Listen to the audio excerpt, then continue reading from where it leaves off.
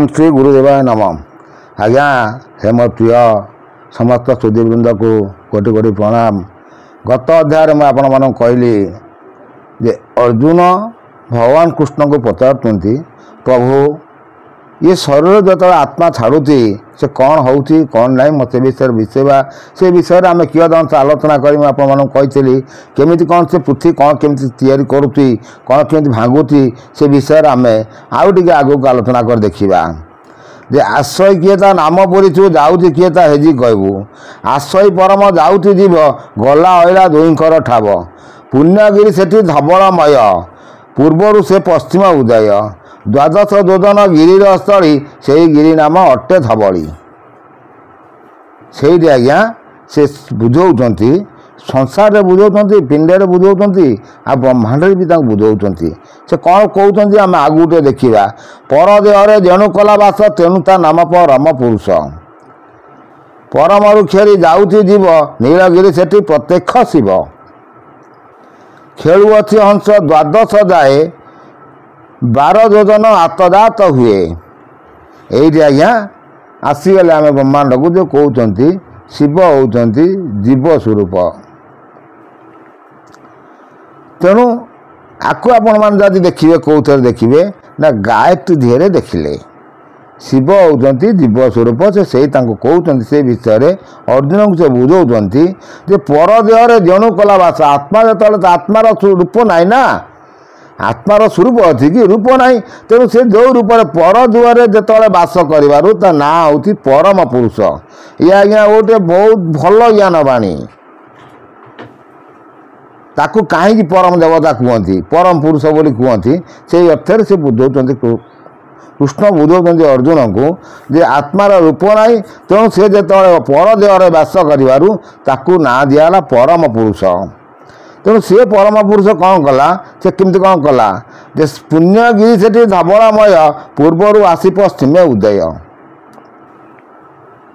देख तो आज्ञा पूर्वर उदय से कहते पूर्वर आसी पुणी पश्चिम उदय ये ओलट जोटा को मुझे गत एपिसोड बुझे आती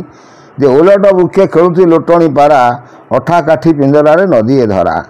से शरीर तत्व पर बुझाऊँ भल सुंदर ज्ञान वस्तु जदि आपण मैंने धीर मन आई शुणे बहुत ज्ञान आसो तेणु से आउ कौन कहते से विषय आलोचना करुचे पर देह जेणु कला बास तेणु ता नाम परम पुरुष परम खेली जाऊँगी जीव नीलगिरी से प्रत्यक्ष शिव खेलुअछि हंस द्वादश जाए 12 योजन आत्मजात हुए 12 भितर तो विश्व ब्रह्मांड विहान कला से अमर खंड 49 खंड पवन कला अदृश्य रही दृश्य भिआईला अणकार जो बिंदु टोपा डाणु फेरी से रहे से थोपा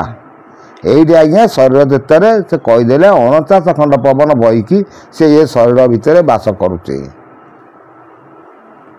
ब्रह्मांड में बास करुचे से 49 खंड पवन कर 49 खंड पवन से रही ना पृथ्वी आज्ञा पिंडे गोटे साइड्रे आम देखा ब्रह्मांड गोटे साइड देखा से ब्रह्मांड जो बास करुच्ची से 49 खंड कहते ये 49 मूर्ति बही पवन बहब एत किलोमीटर बेगर पवन बहुची ये आज्ञा बहुत गहनर कथा आस्ते आस्ते आपण मैंने धीरे सुस्थ मन है मोर प्रत्येक एपिसोड शेष पर्यंत शुणे ताल कि ज्ञान अर्जन करेंगे आपड़ जब मझुर छाड़ीजे कि ज्ञान पाइबे से भल कहते नीलगिरी से प्रत्यक्ष शिव खेलुअछि हंस द्वादश जीव से हंस खेलुची से प्रत्यक्ष शिव रूप से शिव को आपने गायत्री कहीदे आसी जो आमर मूल गायत्री मंत्र ओं भू ओं भुवं स्वह मह जन तपं सत्यं तस्तर विदु वर्णं भर्गो देवस्य धीमहि धियो न प्रचोदयात् ओं आपज्योतिर समुच ब्रह्म भुवस्व हंस द्वा को कहते से जो सी बसुँच से आप बसई आसवे जनपुर बोलते आसवे आपंकर नीलकंठ देवता कंठ देवता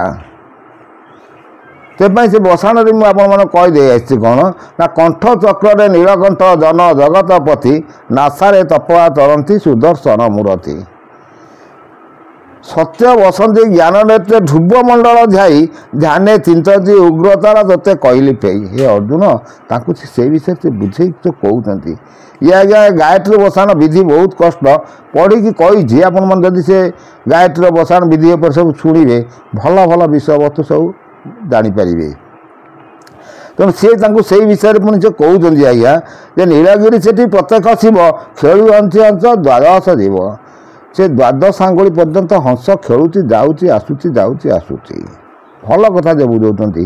12 ଯୋଜନ ଆତଜାତ ହୁଏ 12 ଭିତରେ ତ ବିଶ୍ୱ ବ୍ରହ୍ମାଣ୍ଡ। ବିହାନ କଲା ସେ ଅମର ଖଣ୍ଡ। ଭଲା ସେ ଅମରାତ୍ମା ଏ ଶରୀର ଭିତରେ ଯେ 12 ଆଙ୍ଗୁଳି ଯିବା ଆସିବା କରି 24 ବ୍ରହ୍ମାଣ୍ଡ ତିଆରି କଲା। ସେଇପାଇଁ ଗାୟତ୍ରୀ 24 ଅକ୍ଷର ଆମେ ସମସ୍ତେ ପଢ଼ୁଛନ୍ତି। ତେଣୁ ସେ ଆଉ କ'ଣ କହୁଛନ୍ତି ଆଗକୁ ଆମେ ଆସ୍ତେ ଆସ୍ତେ ଦେଖି ଦେଖି ଯାଉଛେ। 49 ଖଣ୍ଡ ପବନ କଲା ଅଦୃଶ୍ୟ ଘଟେ ରହି ଦୃଶ୍ୟ ହେଲା। ପବନକୁ 49 ଖଣ୍ଡ କରି ଶରୀର ଭିତରେ ସେ ବାସ କରିକି ଆତ୍ମା ପରମାତ୍ମା ଆତ୍ମା ସ୍ୱରୂପରେ ରହିଲା। ଏସବୁ ବହୁତ ଜ୍ଞାନ ମାର୍ଗର ବାଣୀ। ଖୁବ୍ ସର୍ଟକଟ୍ରେ ମୁଁ ଆପଣମାନଙ୍କୁ ବୁଝାଉଛି। ଖୁବ୍ ଅଳ୍ପ ସମୟ ଭିତରେ ଆପଣ ଦେଖି ଜାଣିପାରିବେ ଯେ ଅଣାକାରରୁ ଯେଉଁ ବିନ୍ଦୁ ଠୋପା ଡାଉଣୁ ଫେରି ସେ ରହେ ରଛେ ଥୋପା। ଶ୍ଵେତ ଗୌର ନୀଳ ସେଇ ପାଣି ଭିତରେ ଅଗ୍ନି ଜାଳି ପୁଣି ପାକ କଲା ପୁଣି ଅନନ୍ତ ହାଡ଼ ଉପରେ କଲା ମାଂସ ସେ କୁଡ଼। ଏଇଠି ଆଜ୍ଞା ଶରୀରର ଯେଉଁ ମାତୃଗର୍ଭ ଜ୍ଞାନକୁ ଆପଣମାନେ ଆସିଲେ ପୁଣି ଆପଣମାନେ ସେ ମାତୃଗର୍ଭ ଜ୍ଞାନ ଉପରେ ଧୀରେ ଧୀରେ ସେ ଶରୀର ଭିତରେ କେମିତି ହାଡ଼ ମାଂସ ମଜା କରିକି ସେ ବସୁଛି ଆତ୍ମା କେଉଁଠୁ କ'ଣ ଆଣିକି ସେ ତିଆରି କରୁଛି ସେ ବିଷୟରେ ମୁଁ ନେକ୍ସଟ ଅଧ୍ୟାୟରେ ଆପଣଙ୍କୁ କହିଦେବି।